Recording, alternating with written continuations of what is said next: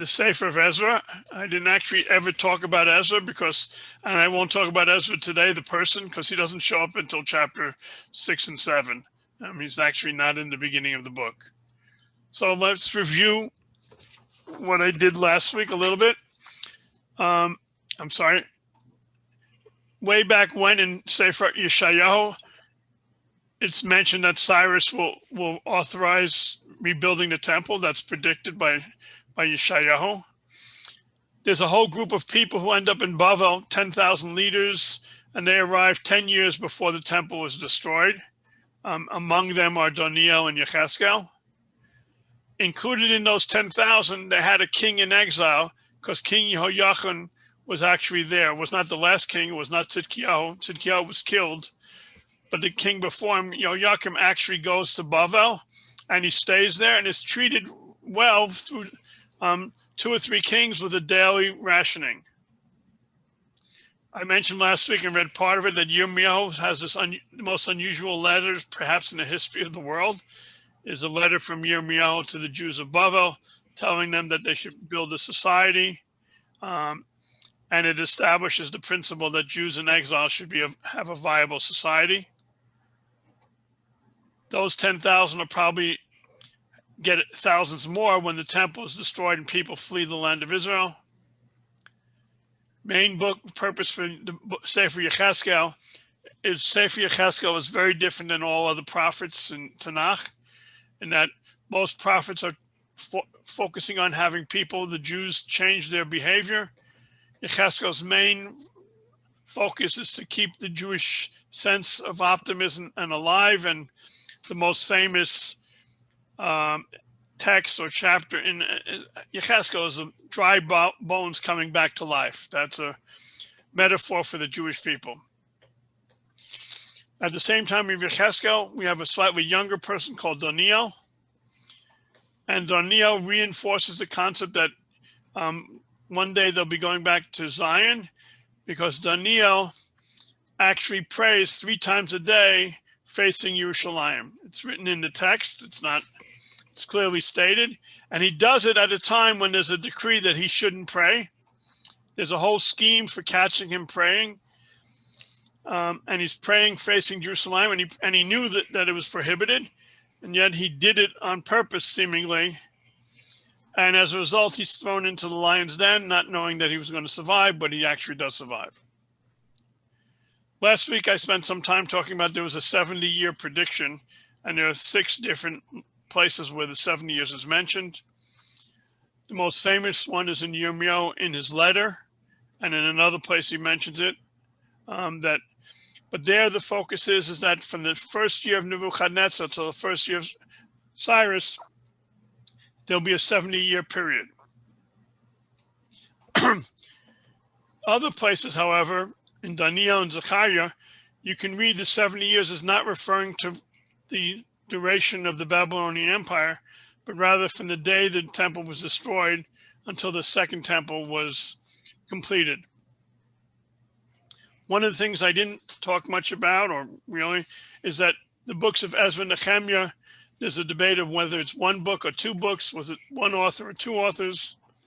Chazal attribute the final text to Nehemiah.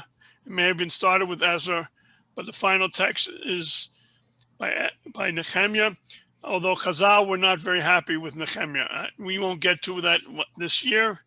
It's the last verse in all Nehemiah, and Chazal were very upset with the way Nehemiah wrote the last verse in the 2 books. In our tradition, it's actually printed or combined together as 1 book called Ezra, although it's Ezra and Nehemiah. But one of the recommendations for why it's more likely to be two authors rather than 1 is that there are lists of names in both books. It would not make sense to list the names twice if it was the same person writing both books. Chapter 8 of Nehemiah tells you the story of Ezra reading the Sefer Torah. If it was 1 book, why wouldn't that have included in the story of Ezra? And there's some overlapping issues. So that's just the background.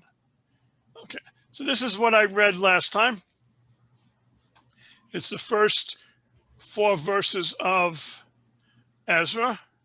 It starts with the opening statement that King Cyrus is roused by this, by Shamor to issue a proclamation. They actually then record a proclamation. Thus said King Cyrus, give me all the kingdoms of earth, and has charged me with building him a house in Jerusalem.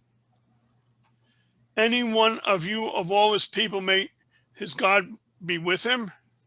Build the house of the Lord of God of Israel, the God that is in Jerusalem, and the house of God that is in Jerusalem. So the opening question is, who does Cyrus invite to build this temple? The Jews. I'm asking the questions and looking for responses. I assume the Jewish leaders. Does it say the Jewish leaders? No, it doesn't. What does it say? All of his people. All the people. He's putting out a call. Under normal circumstances, when you have a major construction project and somebody's authorizing, the way Ivan described it, you would normally have some star in charge, like Shlomo HaMelech building, the temple. Cyrus does not authorize any one person to take the leadership role. Actually, there's something strange, because whose job was it to build the temple? Shlomo. No, the Jews. I mean, this wasn't. No. Shlomo. Shlomo No, did it, this right? temple. Whose job was it to build the temple? Ezra, wasn't it? Oh, this temple. It's not clear yet. No, what does it say in verse 2? It's pretty clear. I highlight them. Charged me with building. Okay, that was Ezra, I guess. Charged me. No, it's Cyrus. Cyrus. Yeah. Cyrus says, the God of heaven has given me all the kingdom of the earth and has charged me with building him a house in Jerusalem. Why would? Well, okay. Well, That's what Yeshayahu, and that. So Cyrus sees it as a return for the favor of allowing him to be the dominant power in the world, which he was. He was the widest empire. The Babylonian Empire was the first real empire, and his empire far exceeds that. And then you have Alexander, who exceeds even Cyrus. So actually, his responsibility, he calls it on himself. He then shifts the authority to anyone of you and his people who wants to take on the job. Very unusual way that it says. And one of the things that we're going to see, what's in yellow, I don't know if it's readable in yellow in Hebrew. These two words. Yes, amo. Yeah. So it says, Mi bechem mikol amo yehiel kav. And then, by the way, there's a play on the words, because the first time it says amo, the second time it says Emo. The same which letters. is a nice play on the same words. The letters are exactly the same. Right. Just one case is called amo. And this idea that who is the responsibility? It's the masses of people. That's one of the most fundamental, probably the most fundamental aspect of the book of Ezra, is that the central characters of the book of Ezra is not Ezra. As I said, Ezra doesn't show up till halfway through the book. The central character of this book are the people. I'm sorry. Right? And what is he supposed to build? House of God. And we're building him a house in Jerusalem. Okay, it's called a bias Yerushalayim. Doesn't use the word the house of the Lord, house of God. In every case, it's talking about a bias Elohim. That's the terminology. Doesn't say Heichal in general, it says bias. Okay. So that's the first unusual thing, that he puts out an announcement. Whoever wants to volunteer and build this temple, come step up and build it. And what does he then authorize? What does he expect? Does he expect all the Jews to go up? Does Cyrus think, well, everyone's going to come up. They're going to be volunteers, no problems. Just ask the Jews to volunteer and they're going to volunteer. They're going to give money. But what does he expect? Does he expect everyone to volunteer? No, but he expects everyone to support it. Right, but his starting point is immediately he's just asked for volunteers, right? All right. The next verse is all of you who stay behind. Right?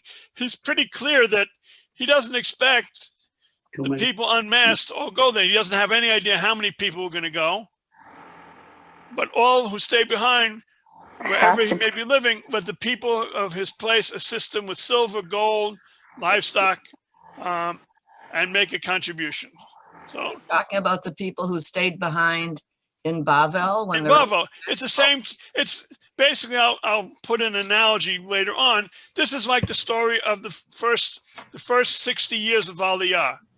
What was it always? Some small groups of Jews went to Israel, Right. and all the other Zionists stayed home and supported them. Right? So up until maybe until the 60s or 70s, when the population of Israel started taking off, but up until the early days, the masses of Jews who were Zionists lived outside of Eretz Yisrael and supported the people. There was a special, okay. Okay, it then says, okay, one second, let me just check something. Okay, let's go back. Then later on in this chapter is a relatively short chapter.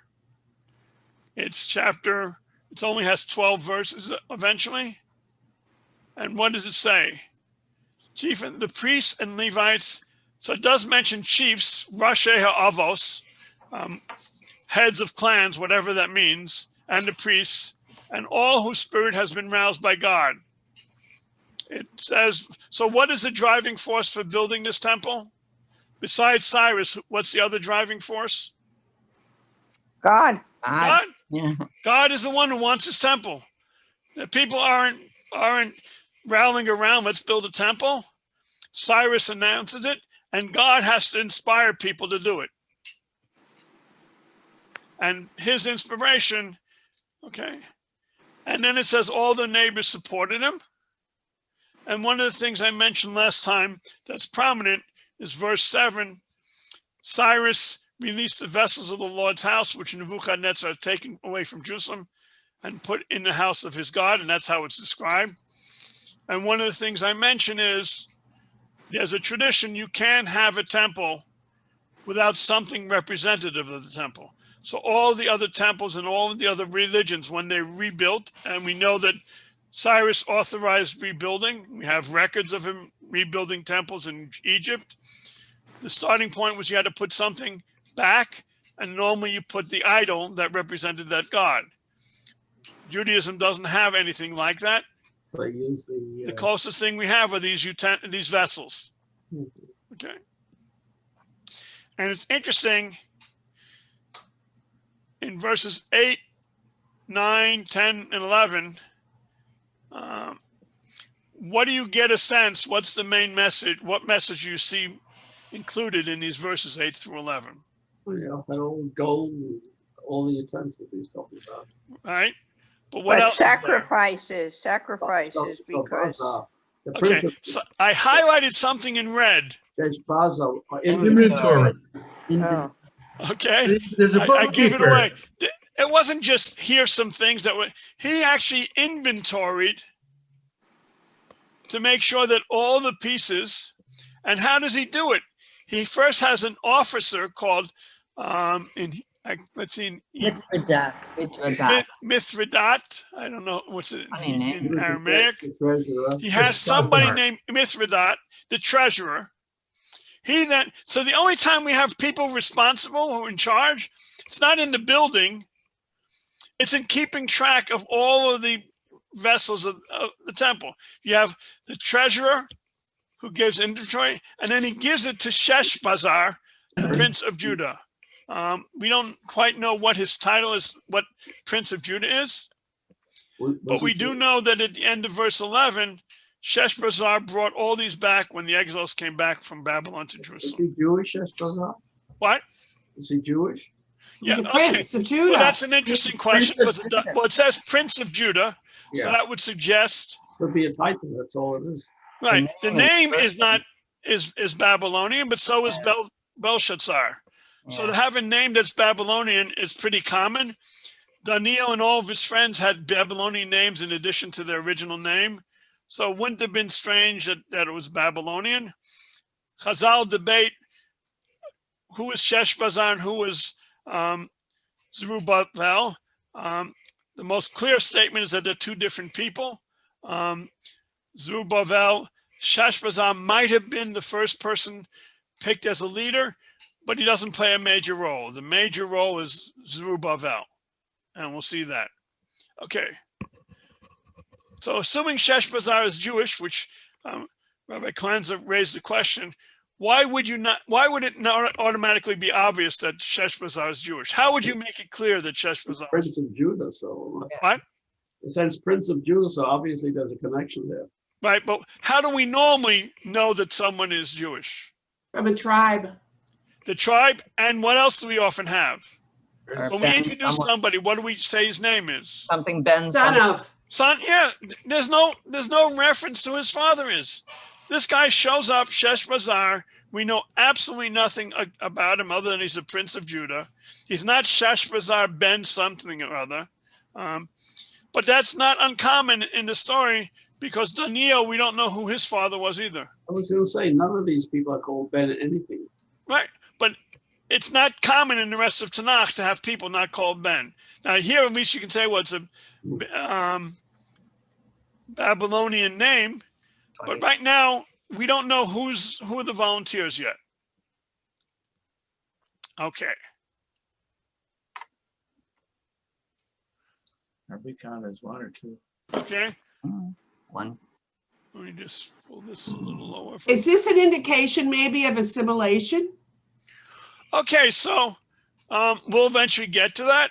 Not this year. Oh, no, we will get to it. Okay, so there's an interesting question that Chazal weren't sure about. Okay, if you had to imagine what would be the first problem about the Jews going back to the land of Israel, the last thing you would have said would be intermarriage. They did have a lot of. But that's the first thing that's described as a problem of the Jews in Israel. We know there was a problem of intermarriage. We know there's some minor problems, not major problems of inheritance. And Chazal debated whether the Jews that Ezra brought, not the people who volunteered, did Ezra bring the people who had the best lineage, or did he bring the people who had the least valuable lineage? That the people in Bavel, so there's no evidence that we know of that the Jews of Bavel were intermarried. And the one evidence that I always cite is that community lasted for 2,500 years. It's hard to imagine if they were constantly assimilating that they would last for 2,500 years. Now, one of the things we have to appreciate or should appreciate is, and it was true when Jews came to America, where did they live? At least they lived in Jewish communities, isolated, that Lower East Side. They moved into neighborhoods. Right. When Jews move into neighborhoods, whether it's a ghetto in Europe, it's a lot harder to assimilate.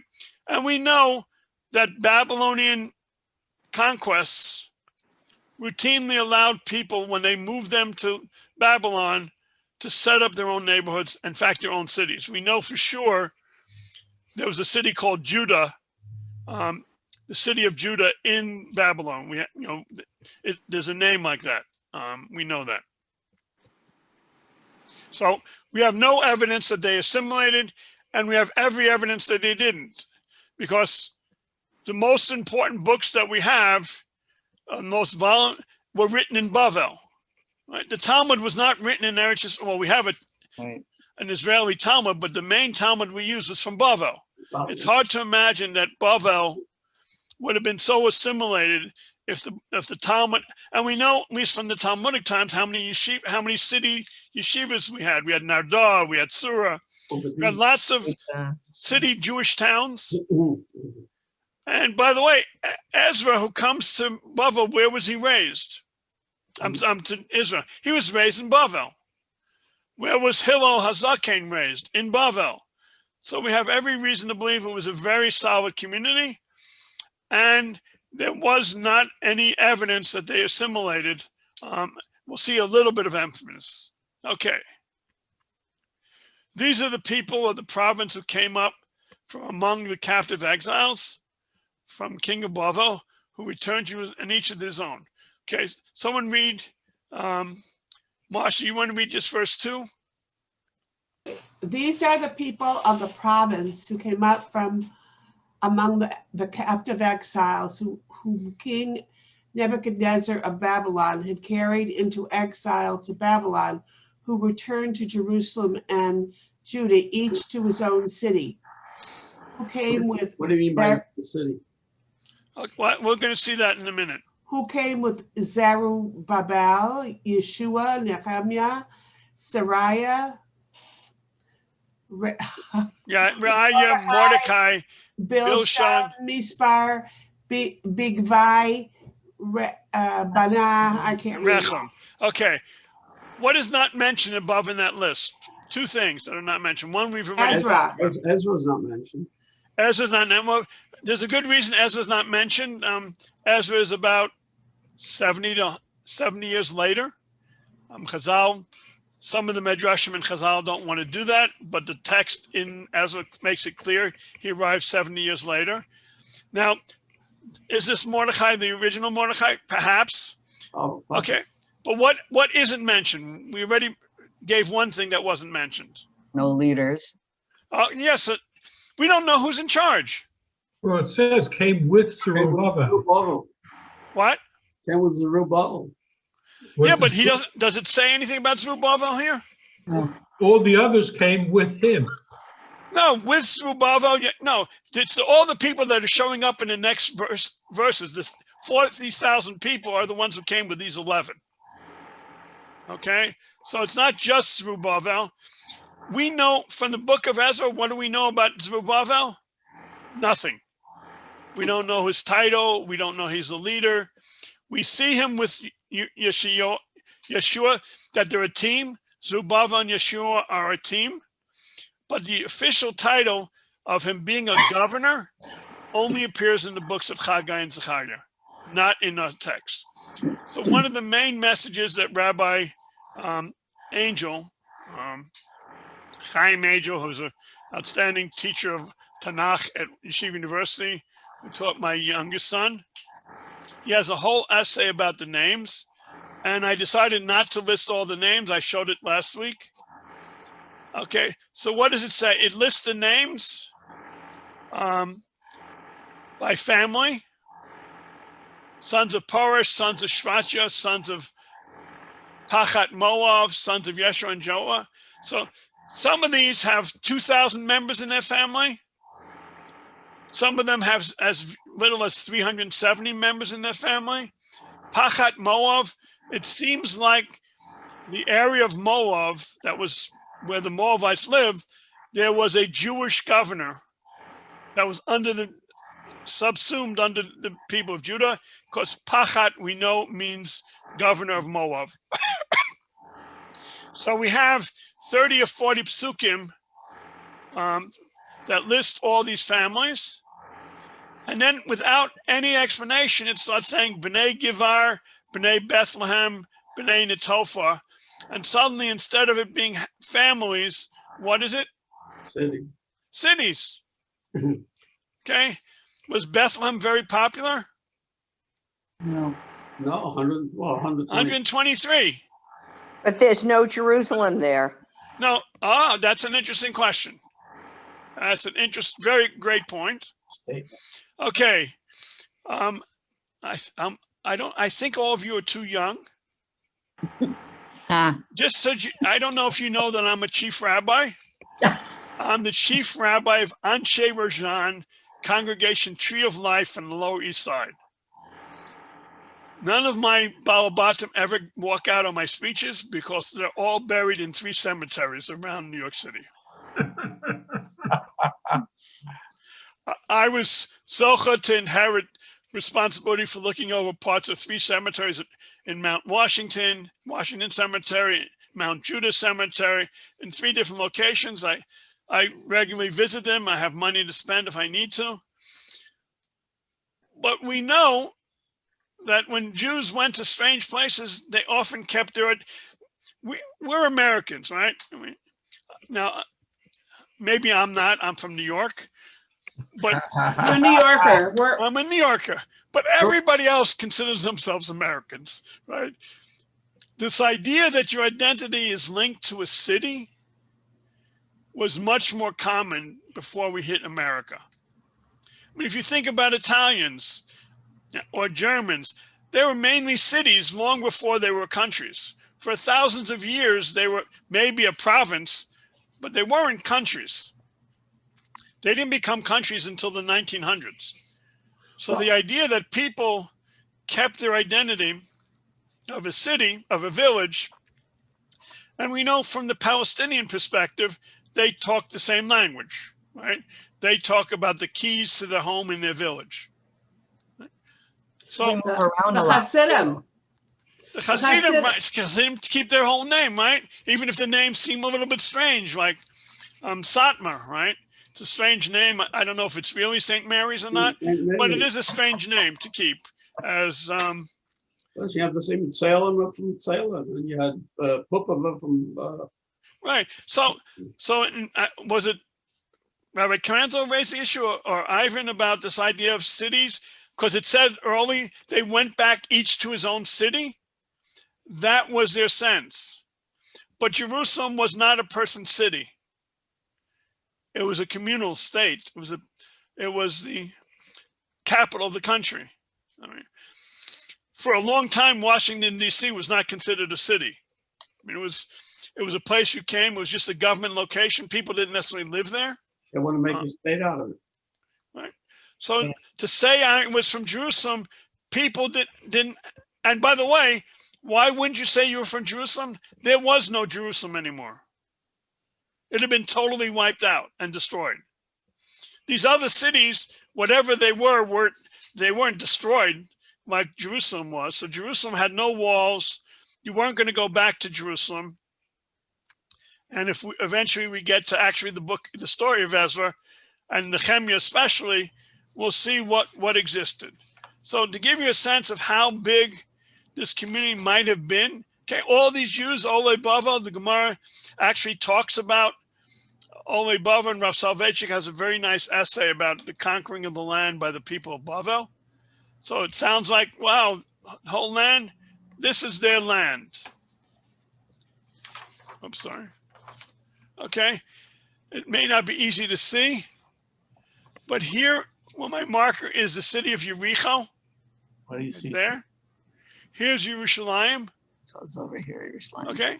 Here you have Tekoa, Beit Lechem. Understand? We all know how small Israel is, right? Remember, from Jerusalem to the coast is only 30 miles. From Jerusalem to Beit Lechem, Jesus did not really have a very long walk. We're talking about a few hours. It's 8 kilometers.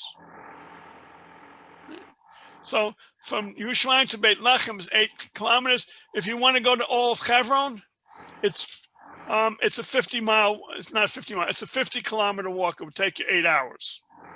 So when you think about this big country called Judah that's being established, Yericho is maybe 20 miles from Yerushalayim. So you're talking about a very tiny state, whatever we call this, right? The furthest I have on the right is En Gedi. It's not clear that they went this far south. Certainly there's no reference to Beersheba.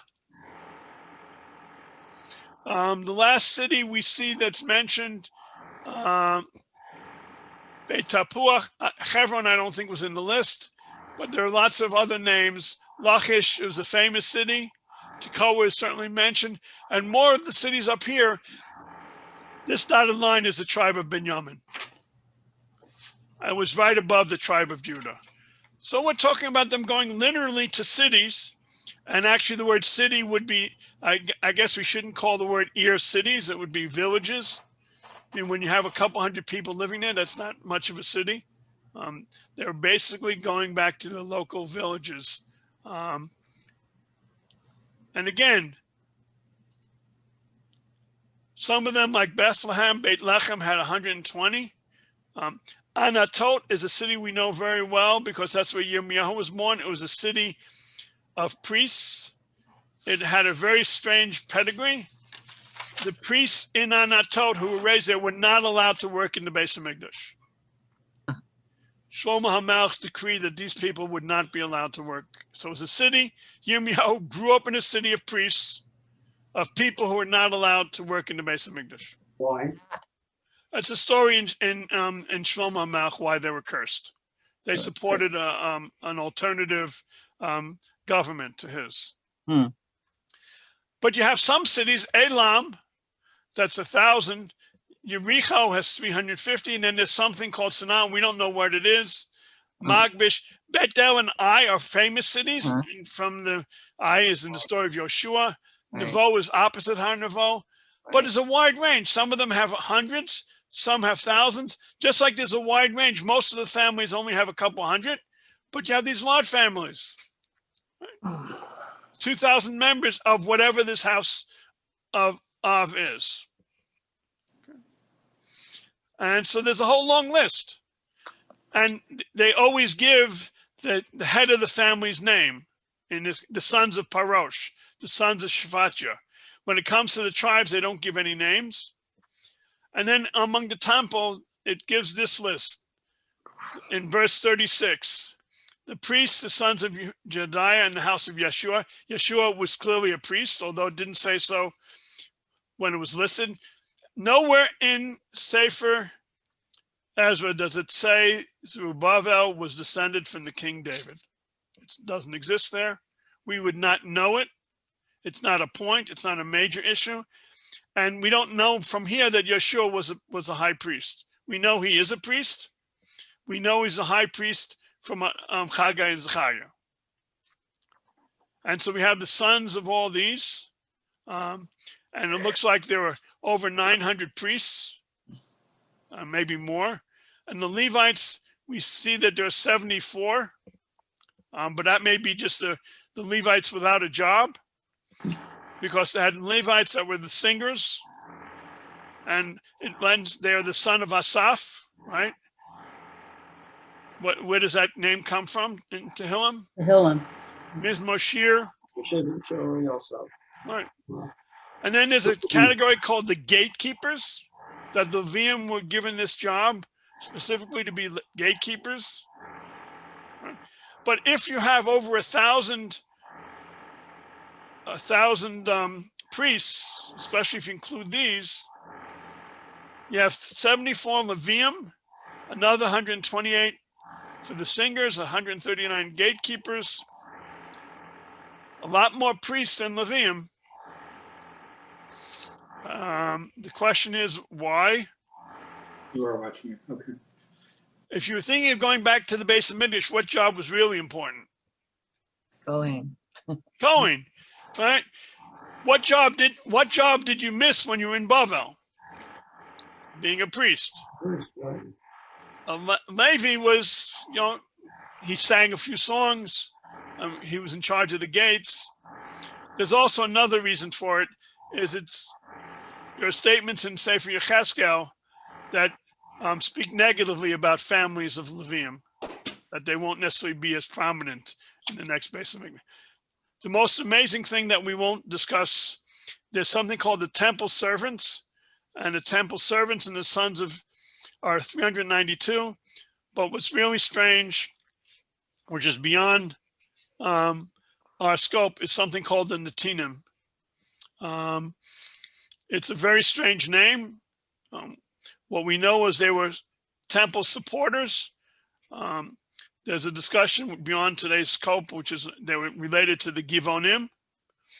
But it's very strange to have something called the Netinim who keep their identity, even though they're somewhere between second and third class citizens of Israel.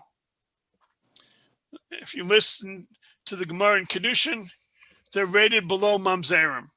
Right. And yet they keep their identity, and dozens of cities, because there's a long list of the cities that the Netinim came from, or families. It's very strange that there would be such a group that would go into exile with the Jewish people into Bavel. They would keep their identity as Netinim, Because they couldn't And marry. then- They couldn't marry out of it. That's why. Again, that was only according to Jewish law. They could have stayed in Israel and married whoever they wanted. I mean, we see the Jews come back to Israel and marry. They could have absorbed their identity. And by the way, even though we have this idea that a mamzer is always to be kept separate, it's not clear halachically that was what we always did. The Torah says they're separate, but we do have a concept of mamzerim disappearing among Klal Yisrael. Yeah, they became the presidents of the shuls. Well, but without their identity. Okay, only a rabbi is allowed to say that.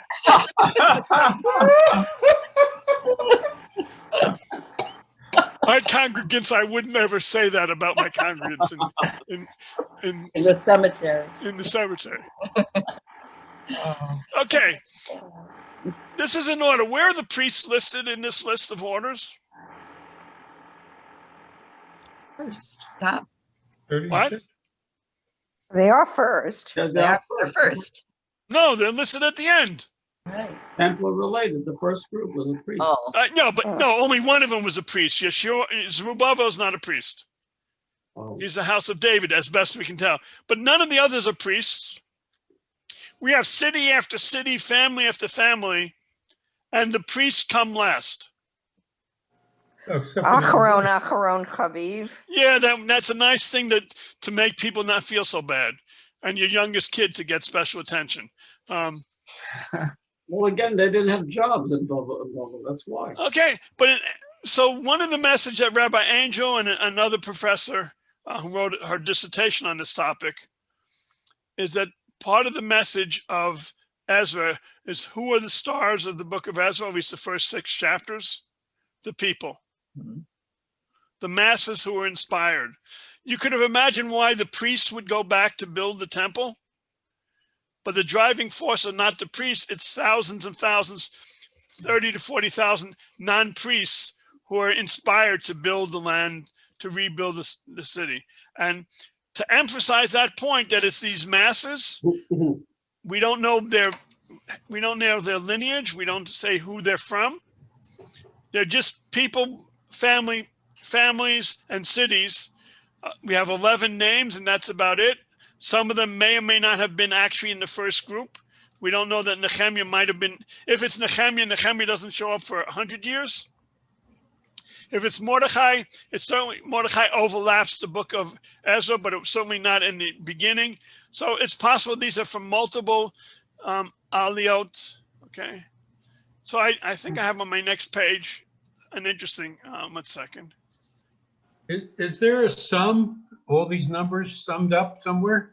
Okay, Yeah. so is there a sum? Okay.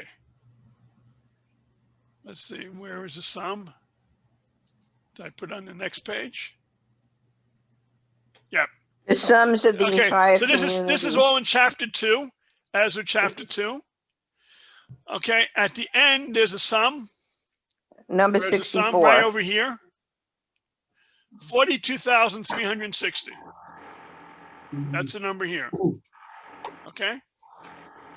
Now, if you summed up the numbers, because I'm a mathematician, a PhD in math from, means something. From MIT. But MIT does not, I didn't cover addition in MIT, only multiplication. Addition was from Salanta Yeshiva and not Salanta Akiva Riverdale, the real Salanta. The numbers don't add up to 42,000, much less, but there is a total given here, 42,000. They mentioned male and female servants. Actually, the word servants is not quite the word. It was later on. They also had 200 male and female singers. They list the horses. Now, here's an interesting verse in verse 59. Following were those who came up from Tel Melah, Tel Harsher, Harub, Adan, Immer. They were unable to tell whether their father's house and descent were Israelites. So in answer to the question, did they assimilate? There was some group of people who were living among the Jews, but couldn't prove they were Jewish. That wasn't the only problem. Of the sons of all these who had married, these are verse 61 of the sons of priests. These searched for their genealogical records. They could not be found. They were disqualified from the priesthood. The Tershasa, which is the ruler we'll see later on, ordered them to not eat of the of kachim Because they were not. until a priest from who had the Tumim could certify they were Kohanim. Mhm. But these are small numbers. They're not the masses. And nevertheless, they went up, even though they knew they weren't going to be allowed to work there. Both these groups went with them.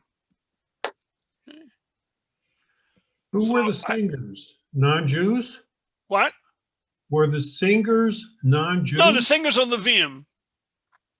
Well, the Singers, they didn't have female They're not singers, too. counted? Okay, so they also had 200 male and female singers. But they, I didn't want to get into such a halachically frightening discussion. It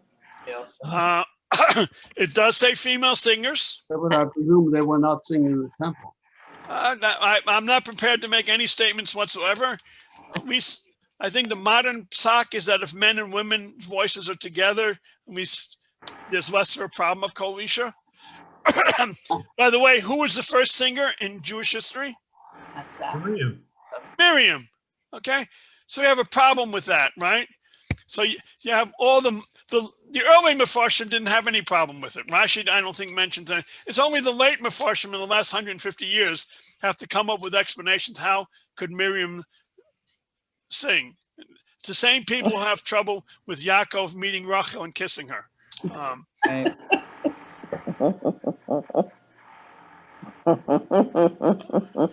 Now, again, okay, I came from a more liberal community. I watched Rabbi Soloveitchik shake everybody's hands, offer his hands, and that meant to everybody, men, women. He didn't distinguish, but that's a different story. Okay, so here's some. Well, interesting is Tammy there? I don't see her. Don't see her. Was. I'm here. Okay, because she's in charge of reading other things. Okay, yeah. So this is the author is Tamara Eskenazi. She wrote a PhD in the 80s, and Rabbi Chaim Angel. The success. Earlier in class. The success and failure of the divine promises of redemption depended primarily on the response of the community, not on its charismatic leaders, nor on the temple itself. Those who came are immortalized by the text, but also were a minority of the Jewish population at that time. This means that they were pioneers and heroes, but the nation collectively failed in its opportunity to return. Right. We have no reason to believe that 43,000 people were the masses of the Jewish people at that time, 70 years after the destruction of the temple. Need my phone. I'll just. And it seems their reputation wasn't the greatest either. What? Their reputation was not so great. Those people who did come. Okay, and goes on, Rabbi Angel says. Readers of ancient times were very fond of these lists, and some were even a sort of poetry for them.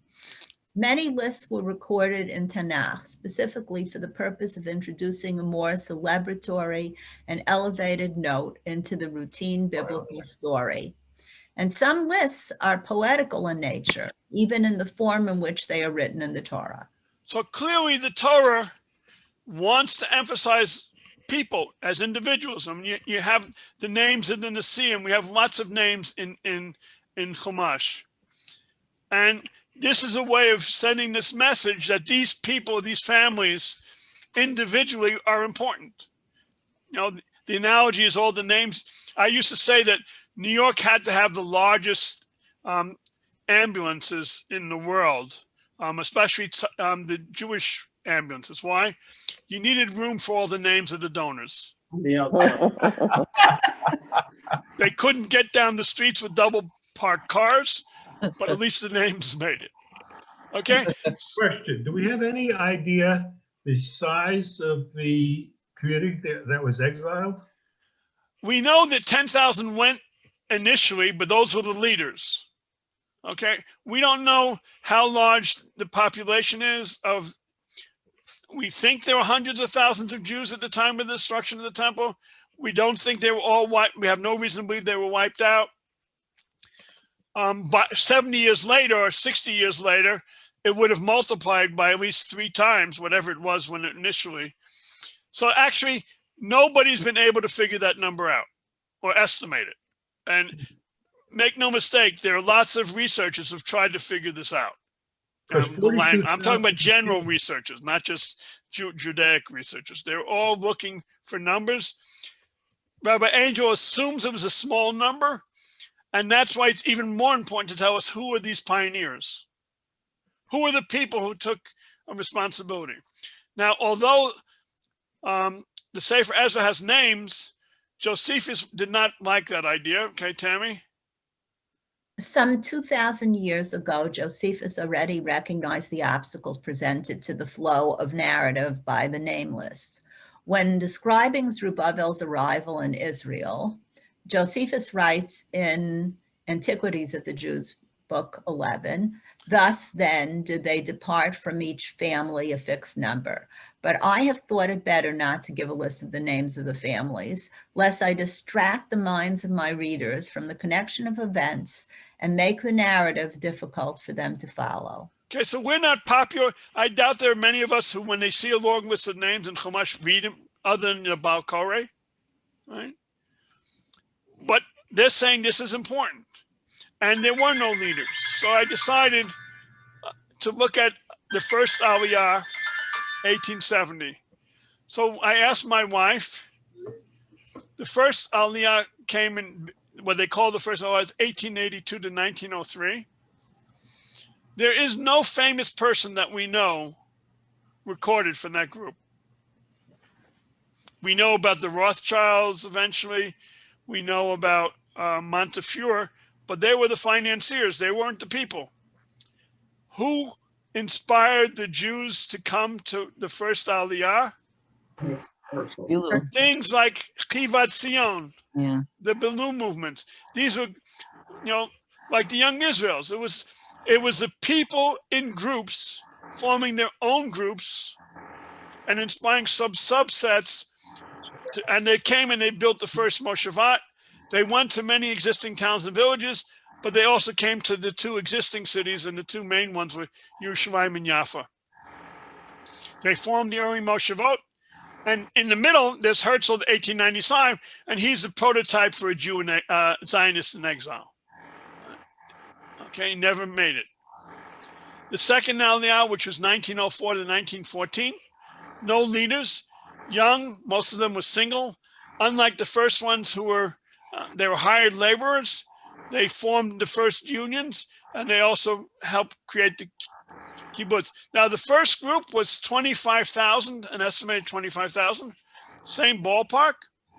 The second group that came from Eastern Europe, now these were the results of pogroms, very specific pogroms in Eastern Europe and the edges of Russia, and another 40,000 came in before, at the time when there's a turmoil in Russia, because this is the times of the Russian Revolution.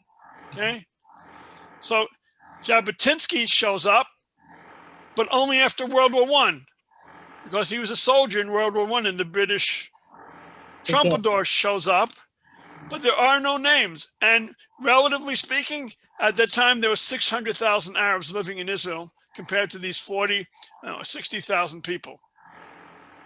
One of the interesting names is someone named Yaakov Vitkin, but he wasn't called Yaakov Vitkin. He was called Yaakov Zerubbabel. Surprise, surprise, why he picked a name like that. He became one of the leaders of Poale Zion.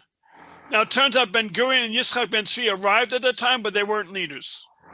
Okay. By the end of 1923, another 35 showed up. In total, there were 80,000 Jews. They were less than 11% of the population. So the idea that when Jews make early Aliyah, they're always a minority, very much like the story of Ezra. We have this phrase that Masa Avo Simon Labanim, that the way things evolve with our forefathers often seems to be repeated among our generation.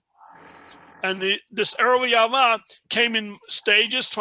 We don't know that all 40,000 came. We have every reason to believe that the 40,000 didn't come in one caravan.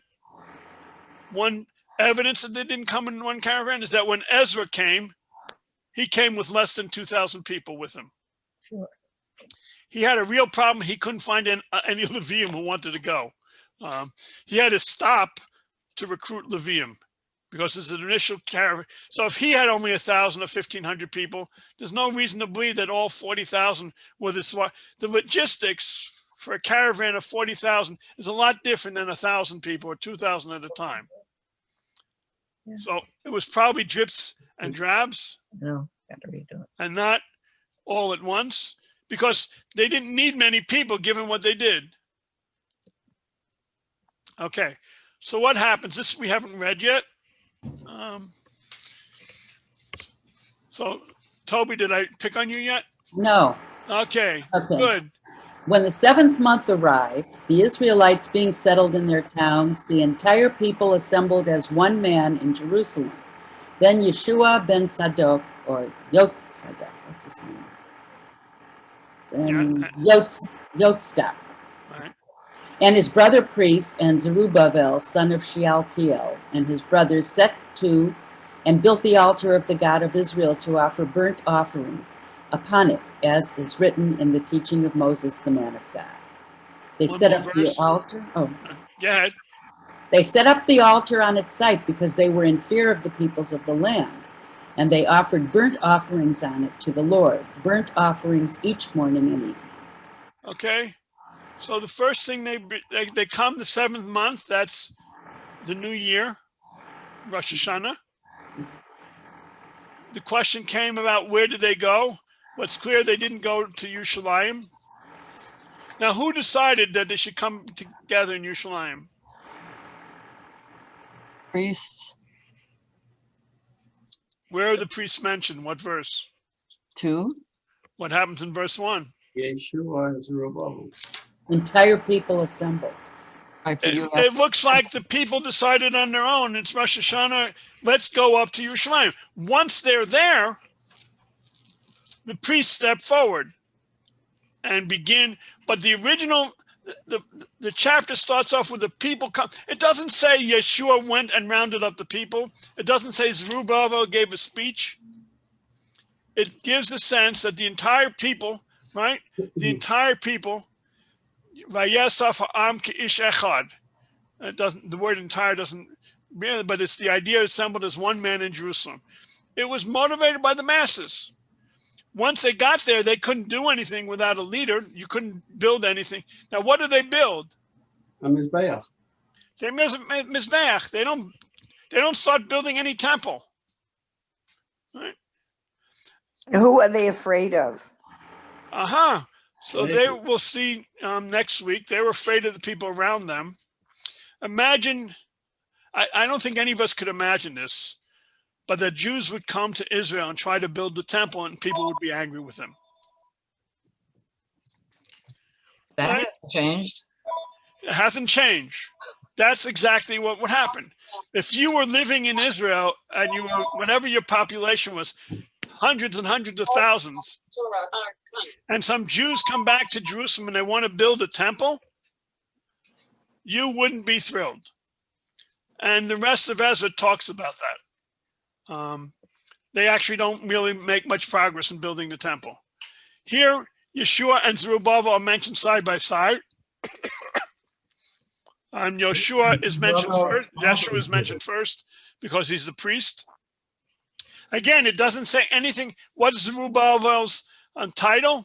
No idea. Just the son of Shealtiel. It doesn't say anything about he was the governor. Obviously, Yeshua, they have to mention that they were priests. And they offered burnt offerings. Their assumption was what? Bringing karbonos meant asking God for help, and he would protect them. Who were the builders of the first temple? Shlomo. Who? Shlomo was the authorizer and was in charge of construction. And the rest of the builders were what?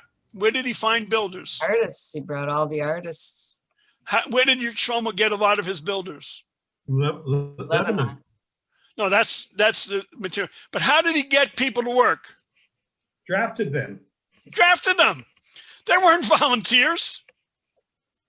He drafted them. And by the way, I think it took 7 years to build his monument.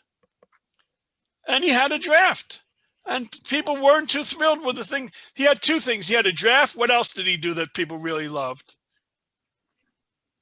Taxed. He had lots of taxes. Mhm.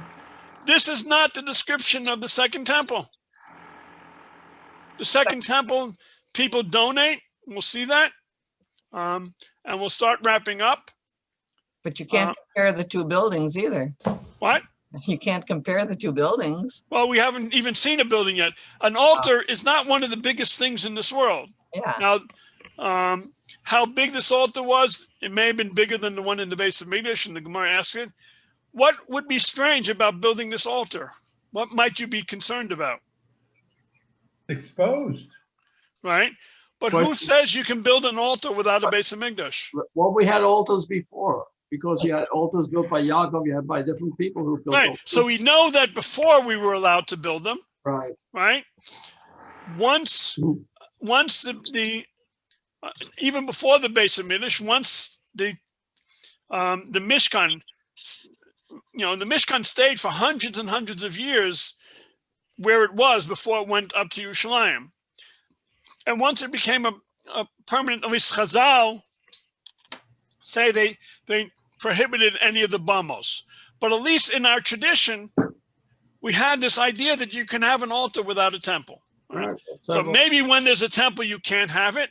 Now, one of the scholars, the critics about this, wonder this is inconsistent with other temples built in that time period.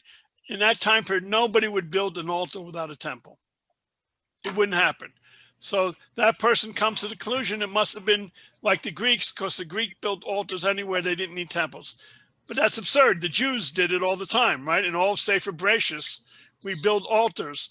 And all Tanakh, they built altars everywhere. So there was a long tradition among the Jewish people to build an altar without a temple. Okay? And what's the first thing they celebrated? They celebrated the Festival of Tabernacles. The main thing they focus on are these karbanos, and we'll wrap up here. What do we know about when Shlomo Melech built the temple? When did they celebrate?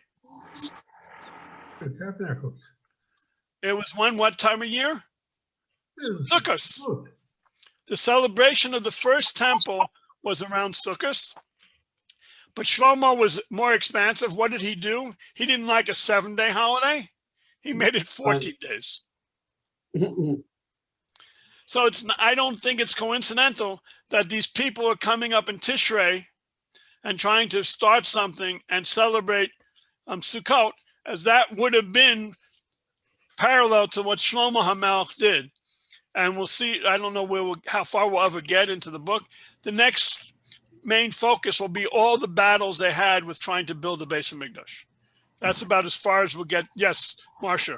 I just want to say one thing that never occurred to me, that when you leave a land, even though it's yours, and then you try to go back, it's like it's questioned whether you have the right to do that. I'm talking about historically. Jews lived in the land for how many years, and when they came back, it was questioned. The Jews who left, even though they were captured by Babel, it seems like they were questioned too. So it's kind of like, possession is 9/10 of the law. If you don't have that possession, you're going to have problems. Right. But the Jews were wiped out. Most people, when they leave a country, again, obviously the extremes are Serbia and Kosovo and things like that. They're not going back to where once they were kicked out, they weren't going back to the Jews were never kicked out completely. Right. And, they were eventually kicked out. I mean, England, they were kicked out completely, in certain other countries. But yeah, the right to go back. Now, when people made Aliyah, like the Italians, when they came to America, they kept